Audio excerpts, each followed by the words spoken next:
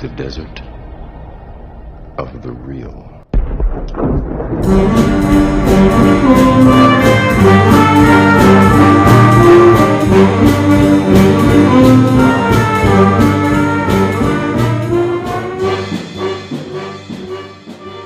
Welcome to the Desert of the Real. I'm your host, Jason Dietz.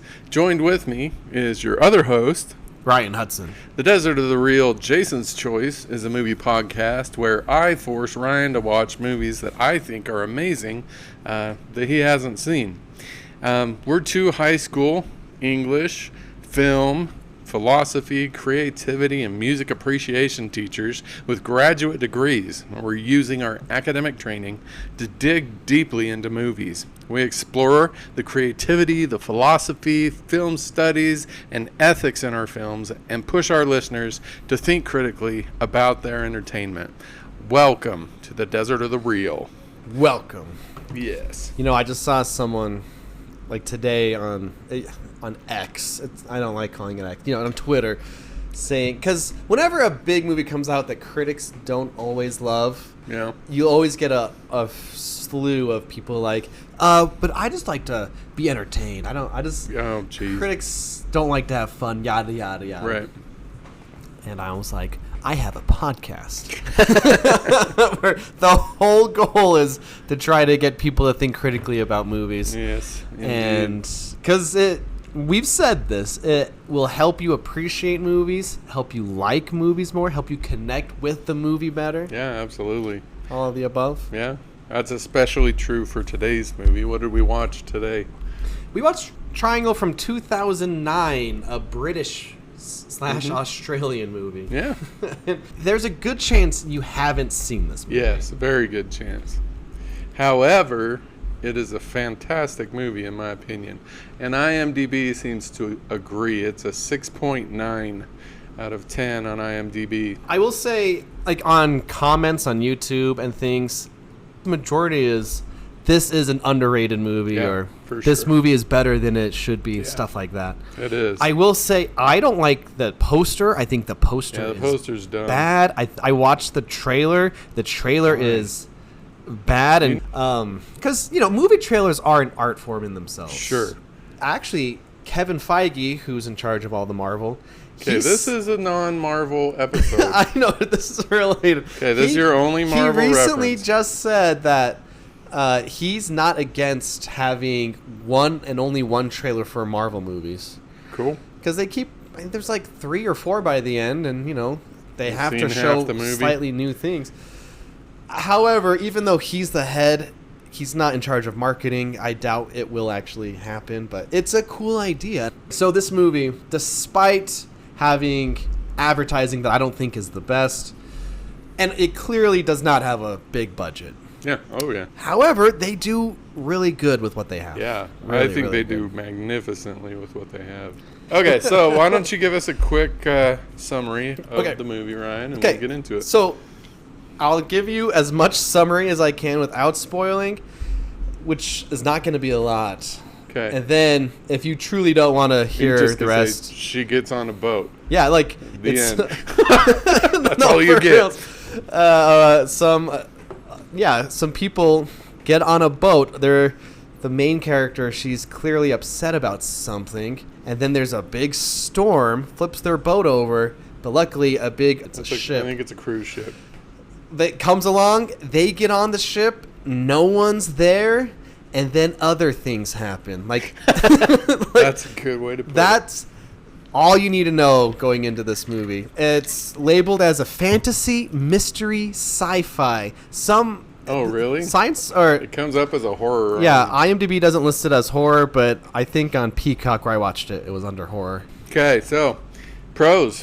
What did you like about 2009's Triangle? Okay. Like, the biggest pro this movie has is how much it does with its resources, basically. Yeah. Like, the CGI isn't stellar, but, you know, it does the job. Just with the big ship. Yeah, like, you can tell, like, when the ship Right. gets, you know, there's just CGI here and there. the storm. And I think all the seagulls. The thing is, I think there's a lot of people who want to make movies, whether directing movies, acting in movies, writing movies. And if they're lucky, they get into something that gets popular or gets recognition so they can do bigger and better things. Right. Even though this director, his name is Christopher Smith, he doesn't necessarily have much of a career necessarily, not movies you've heard of and nothing recently of note. But he does a good job with this. Like, that's my favorite part of this movie. Like, how little they had. There's a lot of ideas. There's a lot of twists. There's a lot of things that make you think. Yep. And a lot of cool stuff. In other words, so it's my kind of movie. Right. The power of writing. I think, the ideas are the top thing here. Yeah. I'll throw one. Yeah, in. I don't know if this steps on your film studies, but I felt like the pacing of this movie was very, very good. In horror movies, sometimes there's laggy points where we're just building backstory or whatever. In this case, there's no point, at least for me in this movie, where I'm like, okay, let's do something. Okay, so when they're on the ship. Yeah. They all get killed off almost immediately, and I'm like, what? There's like an hour left of this movie. What's going to happen next? And so it doesn't really settle down too much at all. Not at all. So I love the pacing. Yeah. And then this movie, I felt, did a phenomenal job of foreshadowing. So in this movie, a lot of impossible things happen. Yeah. But there's no impossible thing that happens that wasn't set up well. So for me, as I'm sure everyone listening to this podcast is well aware, seating is a huge thing for me. If something impossible happens, it better have been set up before. Otherwise, it's just Deus Ex Machina, which is stupid, in my opinion. So this movie, I feel like, does a fantastic job of foreshadowing. Especially in the early, once they get onto the cruise ship, there's a ton of mirrors and segmented mirrors. There's just a whole lot of very careful setup for what's coming, so that when the bizarre stuff starts happening, you're ready for it. You've been subliminally prepared for it. I guess I didn't know what to expect. Yeah. What you shouldn't know about this movie going in, it's a time loop movie. Right. It's almost... Here's the thing. Okay, let's talk about genre now. Let's do it. Genre. This, like There's we said... no rules. We're in charge. It is horror, and kinda, there's maybe one jump scare, I think. Maybe thriller is the better word. Thriller, mystery, and then, like IMDb said, science fiction. I actually talk in my film class about genre. Yeah.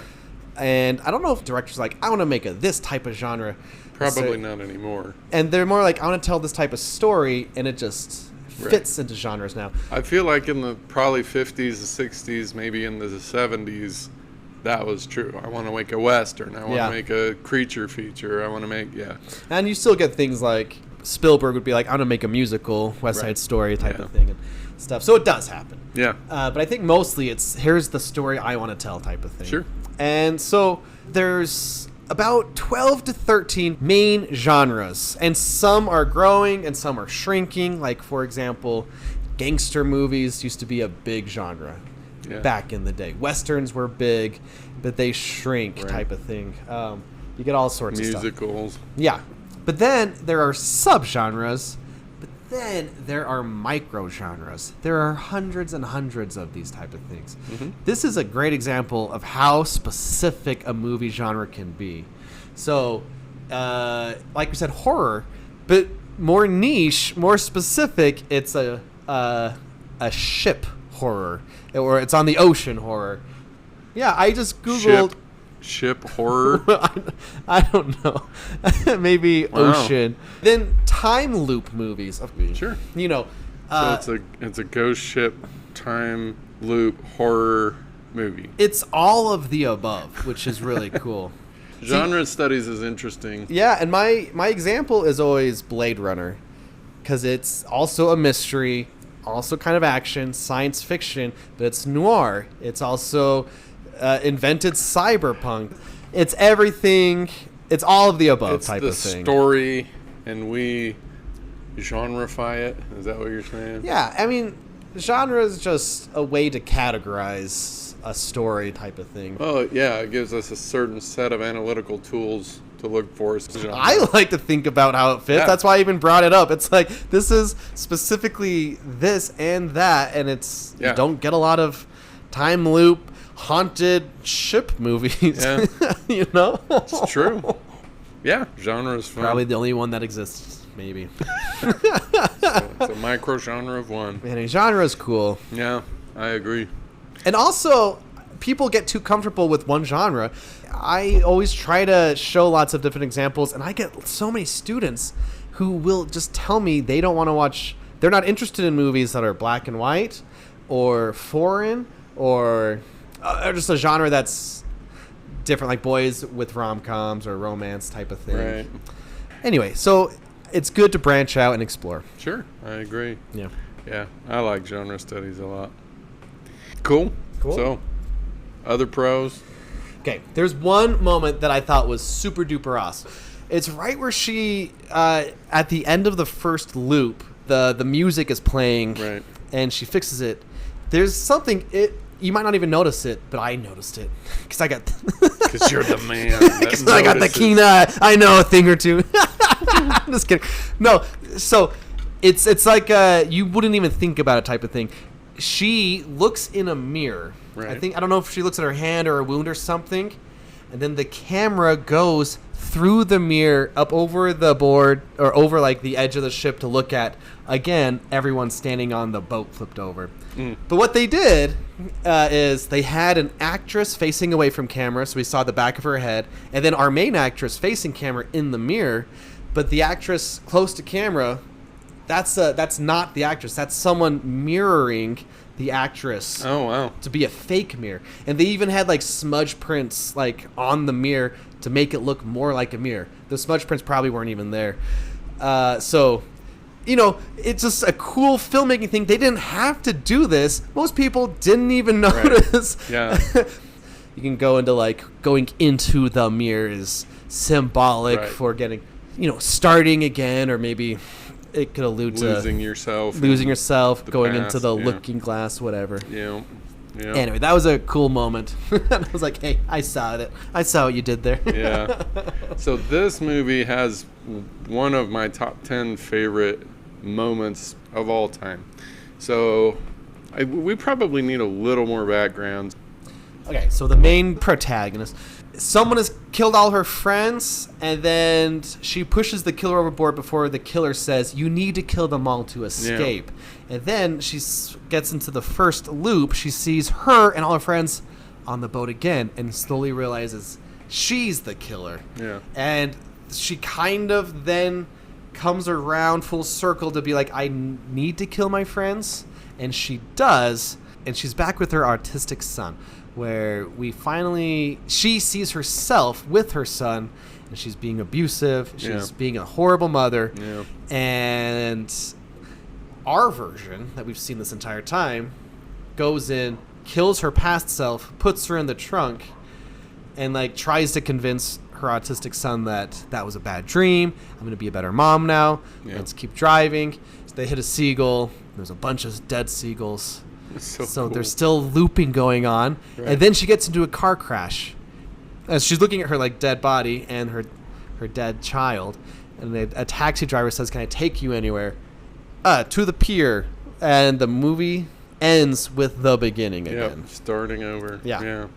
So, at one point in this movie, after the main character has realized she has to kill everyone and then stop herself and her friends from getting on the ship, so she shoots the main other female character Yeah. who's trying to get away, and the Like, this is one of the most horrific moments in film that I've seen. Yeah. This woman that's been shot crawls up the stairs and into, like, this little alcove where there's, like, literally hundreds of her rotting bodies sitting there. That's probably the most iconic moment in this movie. Oh, my gosh. The first time I saw this, that was so just horrific that this has been going on for that long, and these people have been getting killed that many times over and over. It was beautiful. So, I can't... Okay. Go ahead. I think, like I said, that's like the iconic moment. But that was when I was like, wait a second. If there's a bunch of dead bodies here, how come there's like not... Because she threw them all overboard. I know, but... This is where it starts to, like, I'm not understanding the rules of the time loop. She literally threw all the rest of the bodies over. There's a scene where she drags them and chucks them over the side. The food is good when they get there. It's not good. It's rotten. No, but I thought it was good at first, and then it was rotten. Oh, maybe it was. So I was like, I'm kind of confused about the rules. I looked up a video on YouTube. There's one guy who has one video on his channel explaining this movie. Oh, okay. And it's got, like... I don't know, hundreds of thousands of views and stuff. And he was explaining at any given point, there are 3 girls looping around endlessly. And we see hours go through like the various stages, arriving, figuring out, and killing, that type of thing. Right. So there's... but then it keeps going and going and going type of thing, off screen, you know? Yeah. So it takes so cool. some mind acrobatics to kind of figure out the rules here. Yeah, which is, again, why I love this movie so much. This isn't a movie you can just, like, sit here and passively absorb. Were there any cons? I think some of the dialogue and acting isn't the best. Yeah. There's a few moments... And it's always hard as an audience member when a character really is concerned about something, but you couldn't care less. Yeah. And it's when, after the storm, one of their friends isn't there. He's gone, yeah. And it's like, she's on this ship, I know it. It's like, no, she's not. Well, but they had to think that. I know. In order for... There's no way she is. I don't think for a second she is. But this one character really thinks she is for a while. I don't know. There's a few moments where I'm like, that's fair. The acting is maybe the dialogue. Here's the thing, though. Dialogue needs to sound, natural, realistic. However, real dialogue that people talk in real life doesn't make good movies. Right. So if you have a conversation with someone, and it's the most natural thing ever, it's probably not going to be interesting on a movie. Sure. So dialogue isn't easy. We talk in incomplete sentences. We interrupt ourselves. Yeah. And the most natural real-life dialogue in real life does not transition over. But you also need it to sound like it's natural. So it's a weird magic trick when it's well done. So it's not like it's awful in this movie. There's a few parts I'm like, okay. Yeah, I agree. So my... main con for this movie is the very, very, very end, when the main character gets back on the yacht. Okay. Does she not know everything at that point? So I read a few theories about this. Okay. There's a chance she doesn't know. How? Because the clue that might indicate this, there's actually a couple clues. The clue that might indicate this, when in the car crash, the coloring changes. So like now maybe she died and it's kind of like a rebirth thing, so she's just starting over. Some people think when she wakes up from her nap on the boat is when her memory stops. She also fell asleep in the cab, which is where I thought... Anyhow, that was literally the only thing I was like... Or what I think is she's like, I can do it again. I can fix it. I'll do it right this time. But then if you restarted the movie... She needs to forget, though. Right. She has to forget. Yeah. And maybe that's just part of the loop. Maybe. And when she gives the guy the hug to get on the boat, then maybe it resets. Most people seem to think that the nap on the boat resets it. It makes sense Because there's in something her about dream, she looks at her clock or Right. her watch. Yeah. There is one more thing though I saw. Her home address is the same number as the number on the boat. Oh. And so it's not out of the question to say everything's in her mind. Oh, So that that's is possible too. another wrench in the gears type of thing. That's, yeah, could be. Anyhow, in my opinion, very tightly crafted movie. Yeah. Very much enjoyable for if you enjoy thinking and trying to figure out what's going on. This is, I think I gave this 4.5 out of 5. I think you gave it 5 stars. Oh, did I give it 5? Yeah, it wouldn't surprise me. Like, I really, really love this movie. Okay, so I know the ship is named Triangle. I was also trying to look for triangles. The yacht was named Triangle. The yacht, sorry. The yacht ship is named Triangle. Sisyphus, I think. No, because I'm going to get into this. Okay. Yes, it's the Aeolus. Sisyphus' father. Anyway, I was looking for triangles to see how they could be using triangles. And the yacht looks like a triangle. Yeah. And I was like, And they're sailing into the That's the Bermuda first one. Triangle. So the Bermuda Triangle. Right. Man, growing up, actually, former guest, Stanley Cade, growing up, we used to be obsessed with all things like supernatural, ghosts and cryptids and Right. Bermuda Triangles. And I remember asking my dad if he'd take us to the Bermuda Triangle and stuff. Cool. So, yeah. Did he? No, not yet, sad. unfortunately. And it's fun. That's the other triangle. So I was looking for things. Yeah. I was like, oh, they're on a ship. Let's pay attention to the horizon. But once they get into the big ship, there's not really a horizon necessarily. No. Oh, there's one final moment I liked that made me laugh. Yeah. When the person throws the gun. Or she throws the gun at herself. Yeah. Like knocks her off over. of the railing. That made me laugh. Okay, so oftentimes when a movie mentions a Greek myth or a type of myth, it's usually loosely based on that myth. Right. And this is no exception. A couple other examples. There's the killing of a sacred deer. I love that movie. Which there's no deer in the movie. No. There's no killing of deer in that movie, but the name comes from the myth. Another example, just quickly, is the lighthouse. You don't necessarily. I love the lighthouse also. You don't necessarily know that what it's kind of based on, unless it's kind of clear at the end what myth it is. But if you know myths and stuff, but this myth mentioned Aeolus. The ship is Aeolus. The god who controlled the 4 winds. He helped Orpheus on his little quest and gave Orpheus the bag of wind and stuff. Cool. So I was paying attention, but then they mention Sisyphus, and this is mostly Sisyphus, which is he's punished pushing up that boulder up the hill. Yeah. And so Forever. And that's what is happening in this movie. She is being punished for being a bad mom, let's say. Sure. And because she's not a nice mom. She No. hit her kid. She yells at her child. But it's important to know this is a child with autism. Yeah. Which I think there's a special place in heaven for all parents of children with autism, because it has to be painfully frustrating, Right. because you love them, but at the same time there's just this repetition and there's this lack of learning and whatever. So autism, at least from her description of her kid, is also a loop. Yeah. For the kid is looping.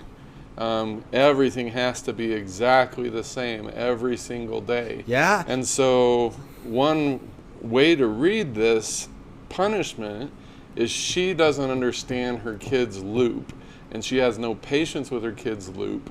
And so some force is like, okay, well, why don't you try it out? And so now she's stuck in this Sisyphusian loop, just like her son is. Yeah, because at the beginning of the movie, he spilt or something. Yeah, he spilled paint. And she literally says, it's okay, I fixed it. It's just like it was before. It's Right. just like it was before. And I noticed that the first loop, I'm like, ooh, things are going to be different. But, yeah, there's that connection. There's a deliberate connection there. Yeah. And later in the movie, she explains to, I don't know, one of the characters that, it's his day is the same day over and over and over. Yeah. So I thought that was actually really, like, it was very smart, but it's also just kind of this tender, I don't know, because by the end of the movie, she loves her son and just wants to be back with her son. That's her whole world. Yeah. Where at the start of the movie, she clearly wants to drop her kid off at school and go on this cruise. So I know, but it's the same thing with a lot of Greek, like Sisyphus. He cheated death. I forget what he did at first, but then he's in hell. Like, let me out. I got to do something. I'll be right back. Doesn't come right back, type of thing. Right. So no, you gotta for the rest of eternity do this. It's kind of hard not to. I mean, you want her to be better, and she will be better, but she's still not. I don't know. I don't know if she change to be the mom she needs to be. So the cab driver, who's like the sixth character, because there's the main characters and then this guy who talks. You can see him there as the Greek character Carrion. I forget how to say it. He'll take your soul to the boat guy. The River Styx boat guy. But he's Carrion. And here's something that was driving me nuts. The seagulls. What is the motif here? It's a clear motif. And I went back after the movie just to watch the beginning again. And at the beginning of the movie, you hear a seagull screech and she looks up and then you see a seagull flying. Seagulls are it's clear. And I found one person suggests an idea. Not saying this is the only answer, but someone said the seagulls represent Aeolus. The seagulls represent Aeolus, kind of like a god watching over everything. Sure. And seeing if she is changing, seeing what she's doing. Because even in her house, you see a painting with seagulls on it. And then she kills a seagull at the end, I guess maybe indicating she's not quite there. Yeah, and she kills the god. I don't know anything else personally what the seagulls could stand for, but I kind of like that if we're sticking with the Greek story. So I was trying to be clever. So when they mentioned the name of the ship, I was like, I'm going to try to get a head start on this. I'm going to look up the myth of Aeolus. There's not a lot to him. He goes to an island and controls the four winds. In English class, sometimes we go over symbolism. The winds all have different symbolic meanings. And I only saw one representation in the movie, in the theater, like on the curtain or whatever. There's a wind blowing. It's like maybe that's part of it. Just for funsies, since we're here, I wanted to talk about the symbolic meaning of wind. Let's do it. So if a wind comes from the east wind, the land of birth or rebirth. So east wind, good. North wind is cold, or it's alienating, it's hostile. South wind is the opposite, warmth, comfort. And this is actually kind of a maybe, I don't know, you're here listening to this, so maybe you'll like this too. This is a lot of symbolic meaning comes from European literature and American literature, the Western. For us, yeah. Yeah, exactly. So when it's like south wind is warm, it's because Europe is the northern hemisphere, and you go south to the equator. So it's kind of this notion that all this time later, we're still attaching ourselves to, in a way, outdated symbolic meaning. Sure. So like, if you were born in Africa or China or Australia or whatever, that doesn't mean anything to you. South wind, north wind, it doesn't hold the same thing. And then, of course, the west wind represents the spirit of breaking the old world and the pursuits of the new order, stuff like that. Anyway, it's also kind of fun to note all the winds have names that come from Greek mythology. I think it's just cool, just on a symbolic level. Cool. Yeah. I'll hop in some philosophies. Is it possible to change as a human being? So one of the really interesting things about this movie is that question. This movie's answer to that question is apparently no. We cannot change. We are who we are, period. I personally do not agree with that. Right. But there are a lot of philosophical schools, like the idea of destiny or whatever. You are what you're going to be. You always were going to be that. But there are a couple of really interesting aspects to this movie that kind of call that into question. So another one of the philosophical key questions is, how do we know what we know? We've talked about that in the past. It's called epistemology. And so this movie moves through a bunch of different ways of knowing. So at the start, the main character doesn't know anything in terms of the loop. In philosophy, it's called tabula rasa, the blank slate. Huh. So she starts this movie with no experience. She, has her child, but she doesn't know anything. The first set of knowing that she encounters is like this, the idea of visual, like we see things and therefore we know them. And this movie amply illustrates the problem with relying on our sight, or more generally our senses, as a source of knowledge. Right. Because many times in this movie, her sight, or one of the characters' sight, is flawed. Wait, can I share an example? Please. Okay, so I think I was like in second grade. I was with my twin brother, and it was right before school started, and we were like getting in the car or something. Even now, I can see it in my memory. I swear I saw a meteor in the sky. Like a big one on fire falling slowly. Wow. To this day, I don't know what that was. And if I ask my twin brother, do you remember that thing? He will say yes. Oh, really? Yeah, I remember that thing. Oh, wow. So do you think your memory is faulty? I don't know. Okay. Right. So the sight part, like you talked about, anytime there are three of her. So that's the first level of her. The second level of her is the intellectual level, where she's trying to piece together what is going on. Yeah. And so the sight and the senses have failed her as a way of knowing. And intellectually, she's trying to figure out how this is going on. That also fails her. Yeah. And so the top level in this movie's argument for best way to know something is the experiential way. And so by the time she gets to the top, she's now experiencing and acting on her past experiences. Yeah. So that's one of the many reasons I love this movie, is because it's so careful with that. So my question for you is, do you agree, and I'm totally putting you on the spot, do you agree that experience is a stronger or more complete way to know something than intellectually thinking it out, or simply having a sensory experience of it? Okay. On the spot. Totally on the spot. I've actually thought about this a lot. Because, you and I, we're teachers. Yes. Teachers famously don't get paid a lot of money. That is true. Job's great, though. Like, I like being a teacher. Yeah.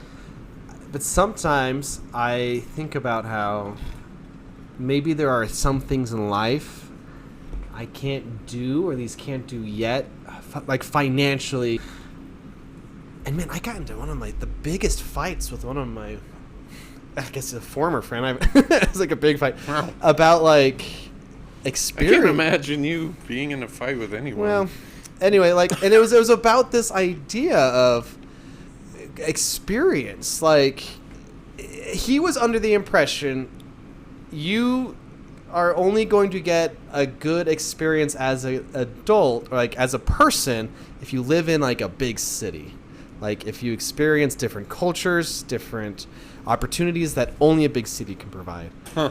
And he was insinuating that growing up in a small town, you won't be able to be a complete person type of thing. Oh, well. I would love to have said I have gone to multiple different countries or experienced different things in life, but I haven't. You can't do everything in life. There's lots of, So it sounds to me like you agree with this movie's prioritizing of experience over, like, intellectual. No. Over. Because. Okay. I don't think you need to live in a foreign country to become a better person. The question is, independent of becoming a better person, what is the superior form of knowledge? So China, for example, we can watch a movie about like Crouching Tiger, Hidden Dragon. There's a recommendation for anyone that wants to watch a magnificent film. Anyhow, so we can watch it. Is that better or worse than, I watch it and now I'm thinking about that and what, did I learn about the culture, or do I watch the movie, think about the movie, now I'm going to China and interacting with the people in China and the culture? Okay, so I think reading books and watching movies to learn about people's perspectives, cultures, ideas is very important, and everyone should do it. But I also think it's experience, though. But at the same time, I think about, there's that scene in Good Will Hunting. Matt Damon's talking to Robin Williams. They're on that bench, and it's like the best scene in the entire movie. And he's like, that's his whole thing. It's like, you can tell me who painted the Sistine Chapel. You can tell me all these facts. You can't tell me what it smells like. Right. You can't tell me what it's like to stand there and look up at it. Yeah. I'm skirting around. I know. I want you to just say what... I want to say it's experience, but so you agree. I agree experience is superior. Okay, so I disagree. So, to anyone that knows me at all, I am a staunch, very loud advocate of critical thinking. Yes. Hence the podcast. Hence the podcast. So I feel like experience can actually narrow your knowledge. So, for example, interesting. If you go to China, how much of China can you experience? You go for a week. I see, yeah. Almost none.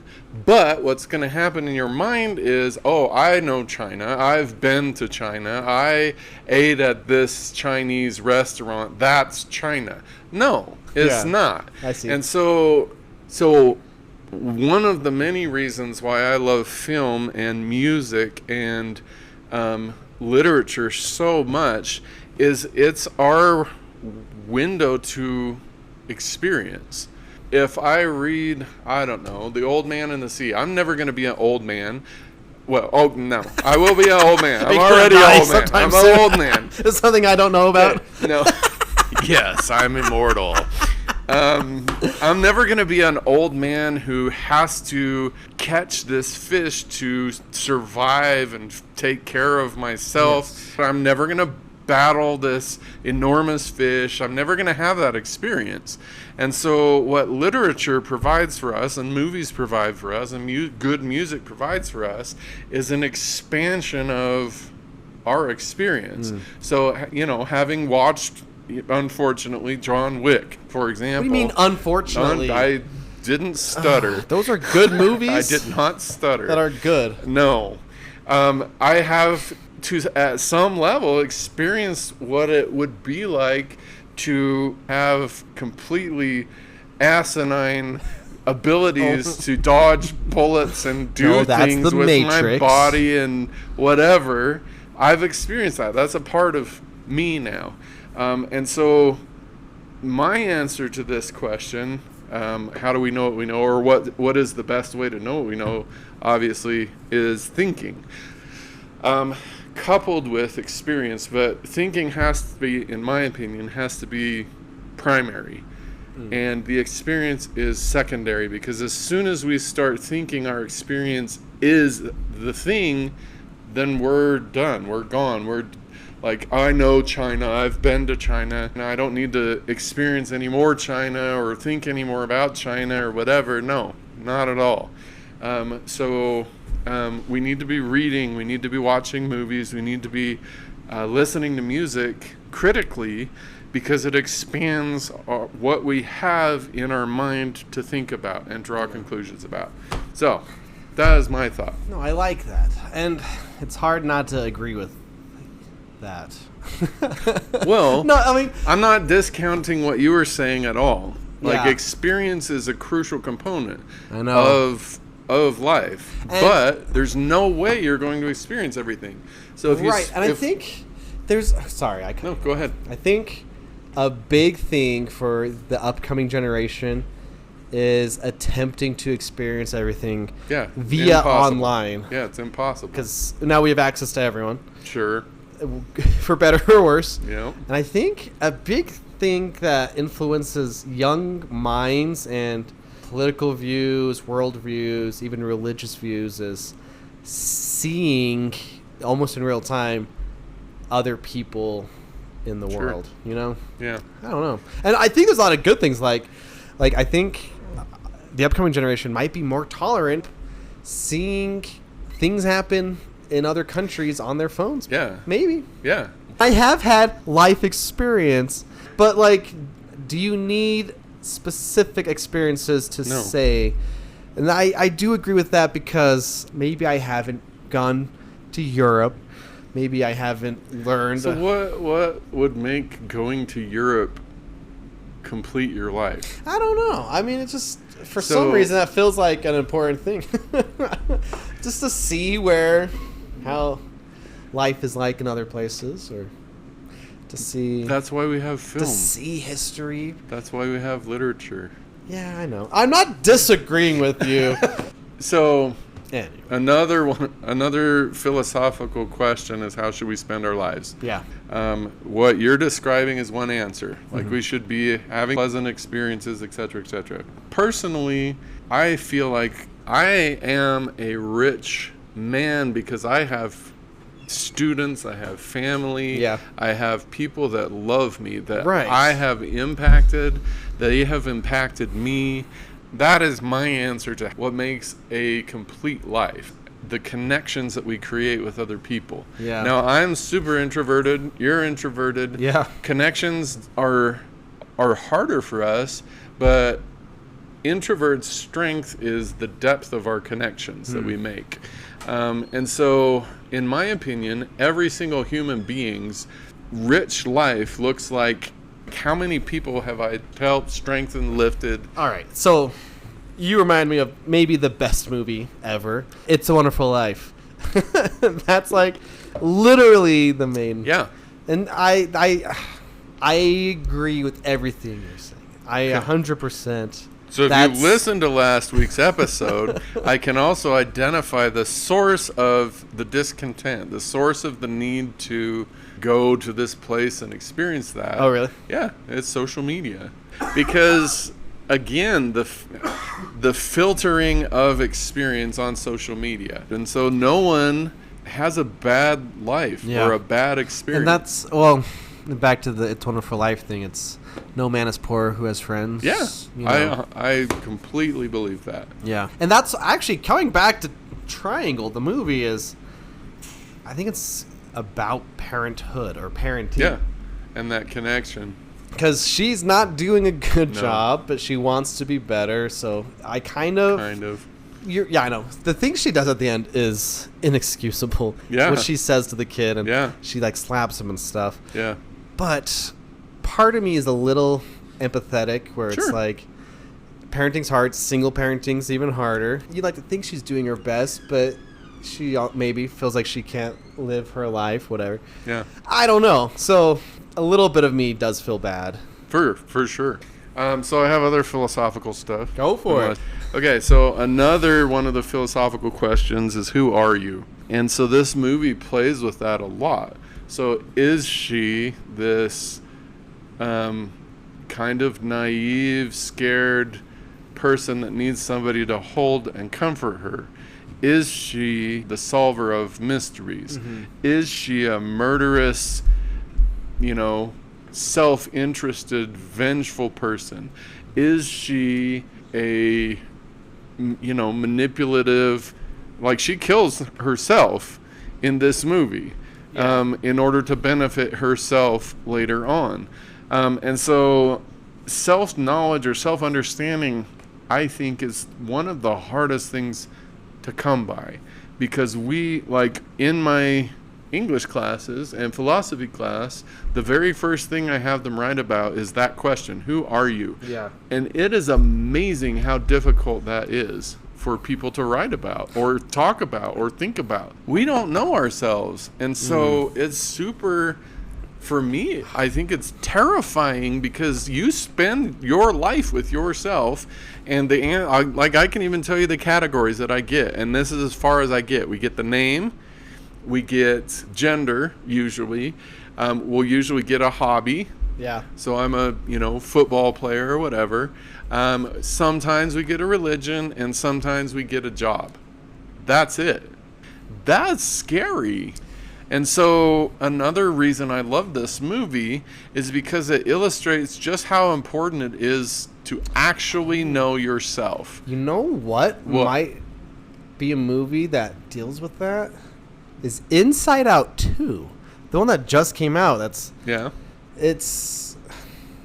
You should look into Inside Out 2, because... It's got a number in the title. Oh, well... I didn't think it was going to be... Hold on, this is a tangent based on what you were saying, but, like, there's a part in the movie where, like, her core identities are forming in the movie. Sure. I'm a hockey player. I'm a this. I'm a that. And she also learns, like, I need my friends in my life. Like, she learns to deal with anxiety and depression along with the other... So just to wrap that up, I feel like this movie does a good job pointing out and kind of walking us through how little we know ourselves. Because even by the end of this movie, I don't feel like she truly knows and understands herself. Yeah. She just feels bad that she was a crappy mom, and she'll do anything to try and fix that. And that's as far as she knows herself. Including murder and what is suicide? It's not... I don't even know if there's a word for what she does. Like, she kills her previous self. What is that called? That's cool. I don't even know. Oh, doesn't that break the grandfather paradox? It does, and I was waiting for you to bring that up. I can't believe it took us 70 minutes for you to bring that up. The time travel needs to work and be perfect, or else it doesn't make sense. And so, yes, I have to admit that I was wrong in my objection to Endgame. There are other feasible, logical time loop stuff, time things. So, yeah. Ethics, the interesting, and probably very obvious ethical question here is, are other people's lives worth less than your own? Which is really interesting, because in this case, if we assume that the main character is one person going through this loop over and over and over, she kills hundreds, thousands of people. Never ending. And so, never ending number of people. And so, is it okay for you to prioritize your life, your needs, your values, your whatever over everyone else, no matter the cost? And I think this movie's answer is no, because she's miserable beginning to end. There's no point in this movie where she's happy, and potentially the reason is because she is locked in on herself and her own needs. So this ties into what I was saying earlier about serving other people. This movie shows us the unhealthiness of being completely self-centered. The other extreme is also not healthy. Like, you don't worry, you don't do anything for yourself and don't take care of yourself, and you burn yourself out. Somewhere in the middle of that is the sweet spot for life to be in. Taoism is called Wu Wei, the middle way, the perfect balance between the yin and the yang, right? Mm. This movie shows what happens when we go to one extreme or the other. Yeah. And so, especially Eastern philosophy would suggest that finding this balance and being at the center of yourself is the purpose of life. And so finding the balance between I need to take care of myself, I need to create other relationships, etc., etc. Yeah. Anyhow, I guess she does it for her son, right? She says I need to get back to my son. Yeah, I don't know that she's doing it for her son though. I guess that would be the only exception. Is their life worth more than other lives? Like, well, her son's life your is worth children. the most. Yeah. Yeah. Personally, my read is she's not getting back to her son for her son. Yeah, I think it's for her. If we were going to do archetypes, I think do she it. wants to be the explorer. Like, she wants Sure. to go out, but what she isn't that. Right. I don't know. Who's like an archetype Well, about like who's lost at and the makes- start, I would say she's probably the innocent. Okay, yeah. And in the middle, I would say she kind of becomes the orphan. Like, she desperately needs connections, but like she's not getting them. And then by the end, I don't know what she is at the end. She's ruined everything. She's broken everything. She's killed everything. I guess she's just kind of like the rebel. How about that? Is that fair? She doesn't Just wanna obey tear the. things down She doesn't want and- to obey the rules of motherhood necessarily. Or anything. I mean, generally speaking, we don't shoot people and Yeah, hopefully not. and throw them bodies overboard and whatever. So, anyhow, yeah, I love this movie. It's a cool movie. If you enjoy thinking deeply, this is one of my favorite, really deep thinking movies. And people like twists and turns, and it has Yeah. several big ones. Yeah, major. Dessert of the Real. There's the moldy food. Yeah, Yeah. That's all we got. She goes back and sees the food is moldy. Yeah, cool. Anyway, we're back on track with Marvel and people wanting to listen again next week. Okay, It's sad but true. Black Widow, the first COVID onward Marvel movie. Yeah, Disney Plus now exists. cool. And everything. And so this is when the deluge starts. Well, all the TV shows and this is also where I've only seen some of these one time. This will be a first. I don't know why you would watch these more than one time. And they're good. They're good. They're good. They're fun. Ugh. Sometimes This was so pleasant just to talking watch about. Triangle and talk about a really great movie. Although I will admit, I am interested to watch Black Widow. Yeah. Because I really like her character. Yeah, and I mean, I'll probably say this next week, but the biggest problem with it is it's just 5 or 6 years too late. Yeah. I mean, we saw the She's character dead. die. This is a posthumous biopic or something. Yeah. I don't know. And then it's Black Widow, Shang-Chi, then Eternals. And that'll be a very interesting run for you. Yeah, okay. And then another Jason's Choice. Okay. The end is in sight. We're in the phase 4. Hallelujah. So that's it. Thank you so much for joining us this week. If you did, for our discussion of Triangle, one of my very favorite movies. Do you have any movie recommendations? So while you're thinking, one movie that I think fits nicely, especially with the philosophical aspects of this movie, is another one of my favorite movies called Hector and the Search for Happiness, which I think probably everyone should watch because it addresses a lot of the experiential stuff that we were talking about in this movie. So Hector and the Search for Happiness.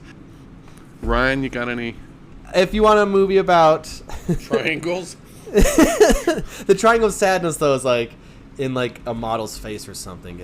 But it's about like social commentary and Oh, cool. It does have a pretty great ending, I think. But something because before we found out it was a time loop, like, ooh, this is a spooky movie. Yeah. Another movie that involves an empty ship where it's fun and silly. To go all the way back to 1924, a Buster Keaton movie called The Navigator, where he's accidentally on a big ship and there's a girl there, and for a large part of it, it's just them missing each other, and then they find each other and stuff, and it's all just a bunch of funny gags. Cool. They bump onto an island, and there might be some culture appropriation there, but Buster Keaton is literally a 100-year-old movie. You can even find it on YouTube. It's good. So, thanks for listening. Thanks for being with us. Thank you for being loyal fans.